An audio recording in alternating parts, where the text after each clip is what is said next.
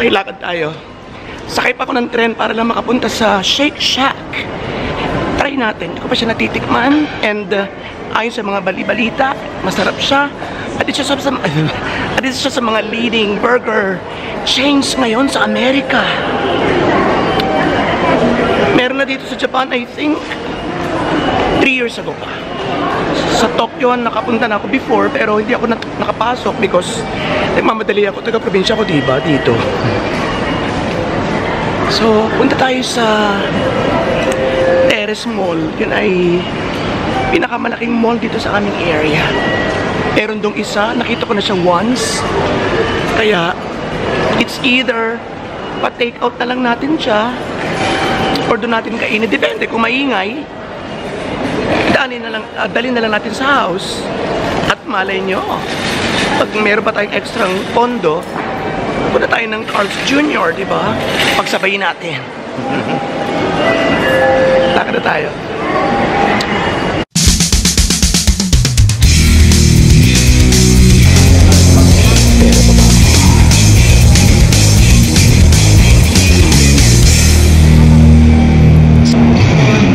Yun, eksakto! Takbo!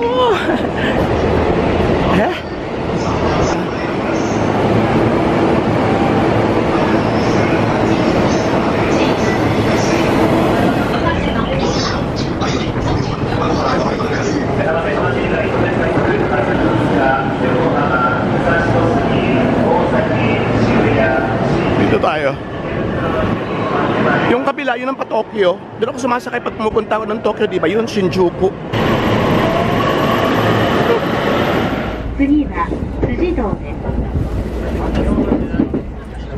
The next station is Tsujido, JT9.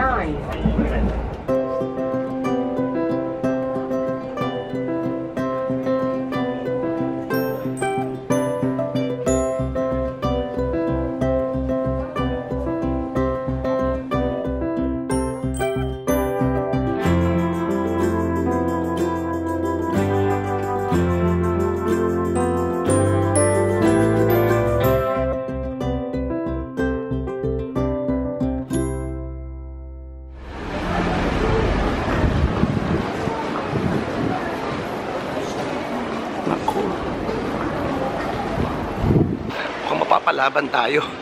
Ang daming sale. Mandak. Doon siya eh. Alam ko sa baba, pero dito na tayo dumaan kasi sobrang init.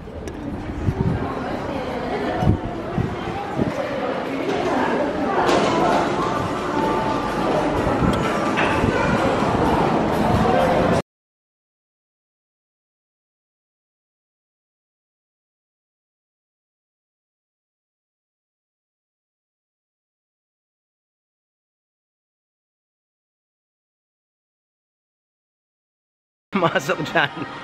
Super mahal. Totoo lang. Pwede pa dito sa Nano. Nagsisale. Ayan.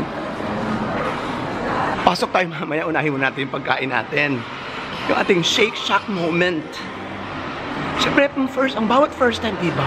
Super exciting. Naglalaway na ako.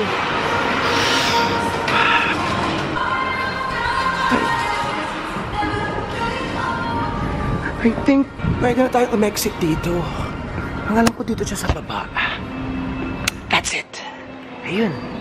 Shake Shack.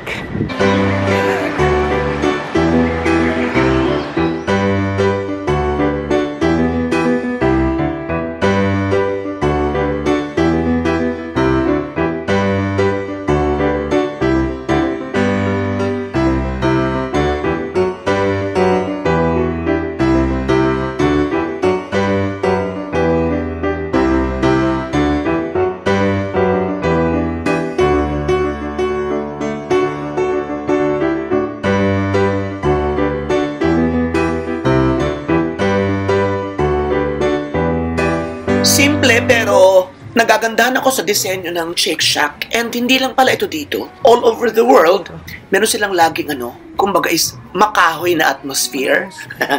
At yung iba doon, minsan yung mga tables ay yari sa mga maybe made from wood recycled from old bowling alley lanes, etc., etc., etc. So yung ganun, recycling at its finest. Hindi rin sila maarte sa menu nila. Kagaya dito, simple-simple lang. So they really want everyone to focus on the quality of the food that they serve. And I think it clicks. Kasi ako, nagandahan ako. Subtle yung lahat. Yung kulay, yung ilaw, yung paligid. So, mas nakatutok yung isip ko sa kung ano yung kakainin ko. Kasi talagang balitang-balitang pasarap. At, wow, pinipilahan to. It is America's most popular burger. So you look at the pila. It's not only in America, it's not only in Singapore, it's not only in China, it's not only in London, it's not only in Japan, also in Manila. Whatever, matitikman na natin ang pinakasikat o isa sa pinakasikat na burgers sa buong mundo. Ngayon, na Mart, kumanda kayo. Double.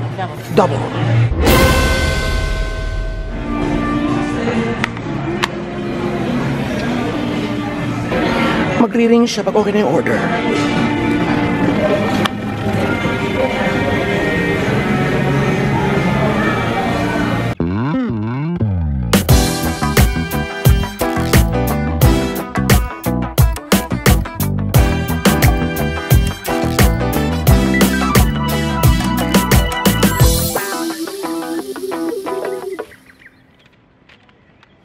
Okay, ayan na. Medyo maingay tayo kasi binuksan ko yung aircon. I-review na natin ngayon ang ating Shake Shack. Ayan. Maganda lalagyan ayos. Gusto ko to. Semi-formal. However, it wouldn't attract teenagers' interest. Kasi ng mga teenagers yung medyo glossy, yung medyo makulay. Dito sa Japan, hanggat maaari kung may mga anime decorations or anime design, mas maganda. Mas papatok. But this one, okay na okay lang sa akin. Siguro matured na lang talaga ako. Na okay na sa ganito mga subtle colors. Yayamanin siya in fairness pag mga ganitong style. Sa akin, saucy na siya sa akin. What's not saucy is the fact na kung babiyahe ka, tapos ang init, pawisan, siraan agad to. Ayun, hindi na siya maganda. Yan o, gusumot na agad. Basa-basa pa. Kala ko mabibistrag siya habang naglalakad ako. Ayun. Another thing is hindi nila masyadong binabalot ng ayos ang pagkain. Alam naman nilang take out to. Siyempre magagabukan to. Dito, hindi masyado. Pero kung sa Pilipinas ka, sasakay ka pa ng jeep, ay maalikabukan talaga siya. Well, hindi ko pwedeng sabihin na ganito rin ang diskarte sa iba, pero in case na ganito, well, hindi siya bonggang pang take out. Kasi bukas sa bukas. Ayan o. Look. Kita niyo ba? Okay, buksan na natin. Okay, buksan na natin to the max. O ilabas na pala natin. Bukas na nga pala siya. Okay, buksan na natin.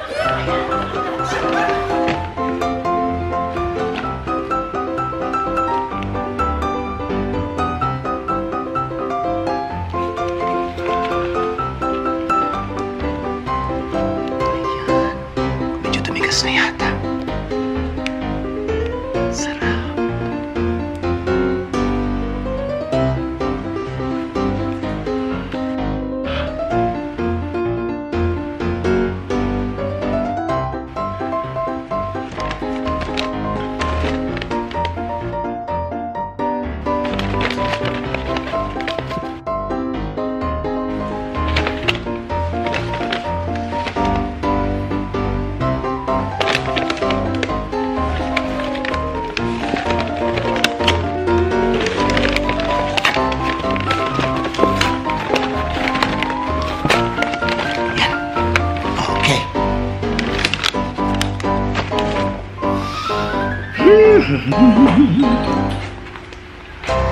Wala na yung ketchup. Hayain na.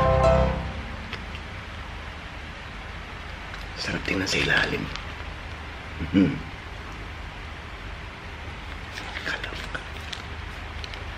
Okay?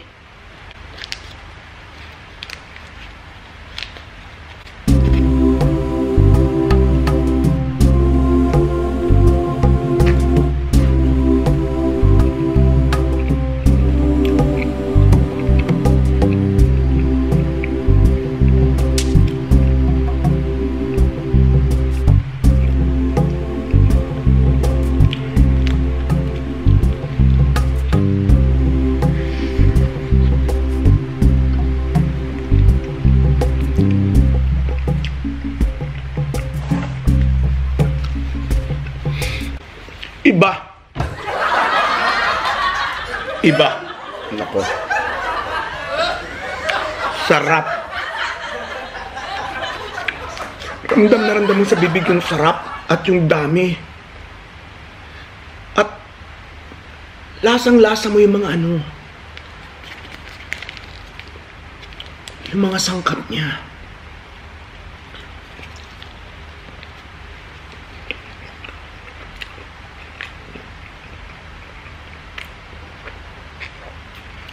Wala pa akong extra ketchup ngayon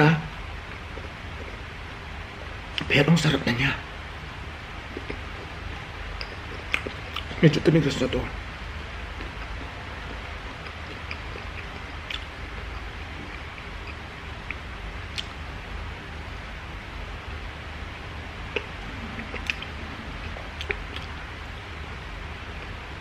Masarap din siya.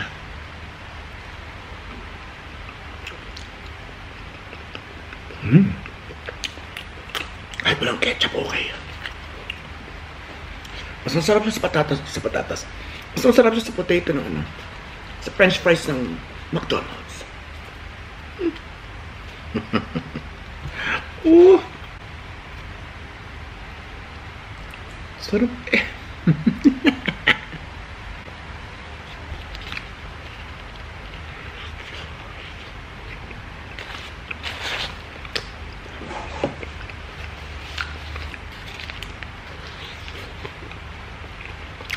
Ramdam na ramdam yung lettuce, yung tomato, yung ground beef. I think this is beef.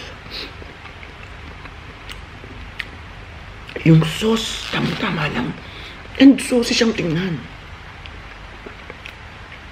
Para siyang talaga sa mga fine dining. Yung burgers na pwede mo doon matagpuan. Yung pwedeng doon sa matagpuan. Ganun sarap.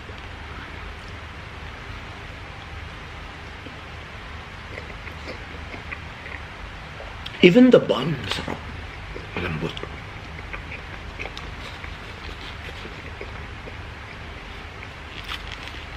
Hindi namumuyag.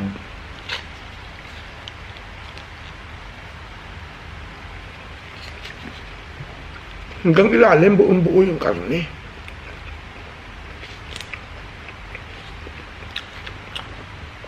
Lalo na kung may ketchup to. Nakalimutan ko humingi.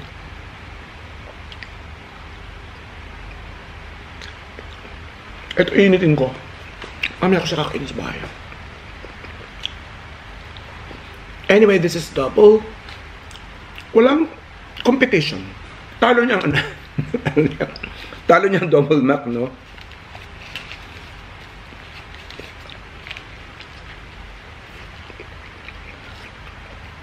Kahit yung pinakabonggang dito. Big Mac ng McDonald's. Talo sila. Sa sarap. Actually, pwede ko siyang tanggalin at pwede ko siyang ulamin na lang mamaya hapon.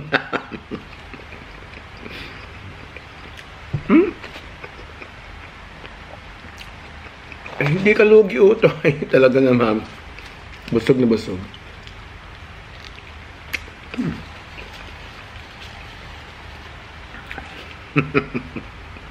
Wala tayong drinks. May tubig ako pero special to. Kaya mag Coca-Cola tayo. O, yung zero lang. Okay. Sarap.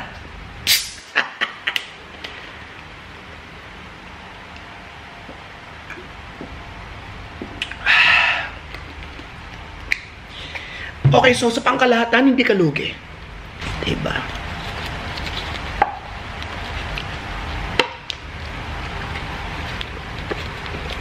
Kakit pa tayo more.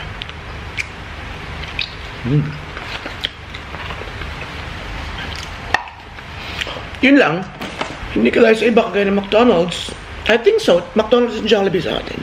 Hindi ako sure pero parang doon, mas pampered ka kasi may tissue na agad na sinasama. At ketchup, humingi ka man o hindi.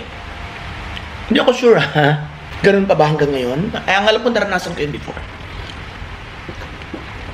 Na parang automatic yun. Of course, hindi ka malalagyan ng straw kung wala kang order ng soft drink. Hindi mo naghahanap ng straw.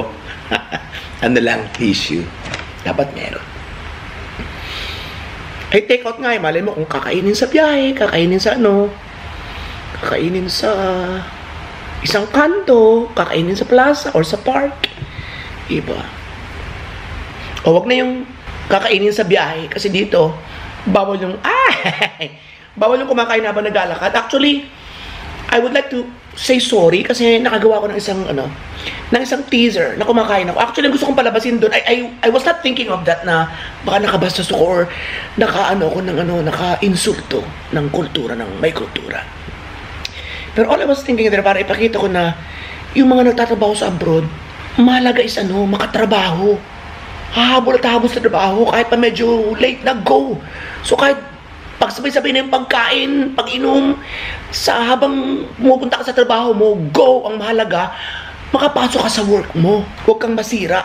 So hindi ko naisip yun na hindi nga pala dito advisable na kumain habang naglalakad. Yung on the go. So, humingi ako ng pasensya doon.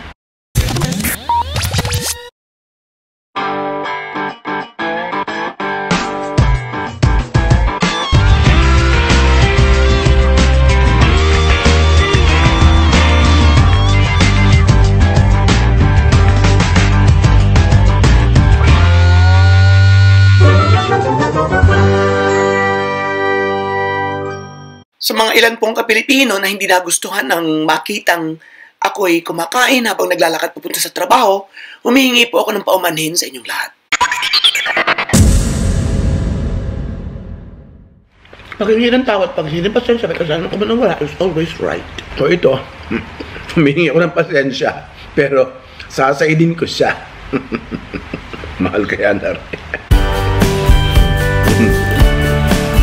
Ito yung sigurado ka na uulitin mo pa siya.